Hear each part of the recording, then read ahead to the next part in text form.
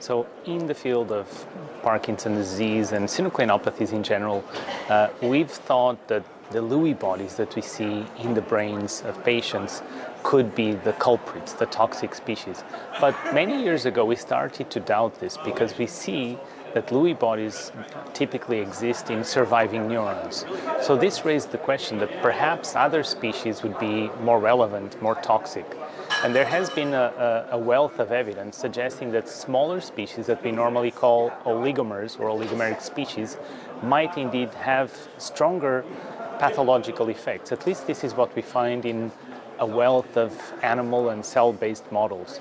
So we know in reality that the aggregation of alpha-synuclein, and the same could be said for tau and A-beta and any protein that aggregates, is not a uniform process. It's actually a process that goes from functional soluble proteins through different steps, including the formation of oligomers, protofibrils, different species we may not even be aware of, and eventually we think they form the typical fibrillar aggregates that we now can detect and characterize with current techniques like cryo-EM.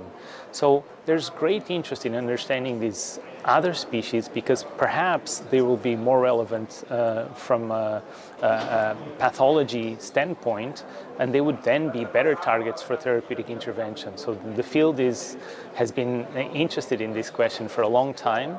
Of course, we also know that there's alternative hypotheses and that the loss of normal soluble physiological proteins may also contribute to disease. So there's this idea that proteinopenia may also be important. I think it's probably a bit of both proteinopathy and proteinopenia, but we need to learn more about this process.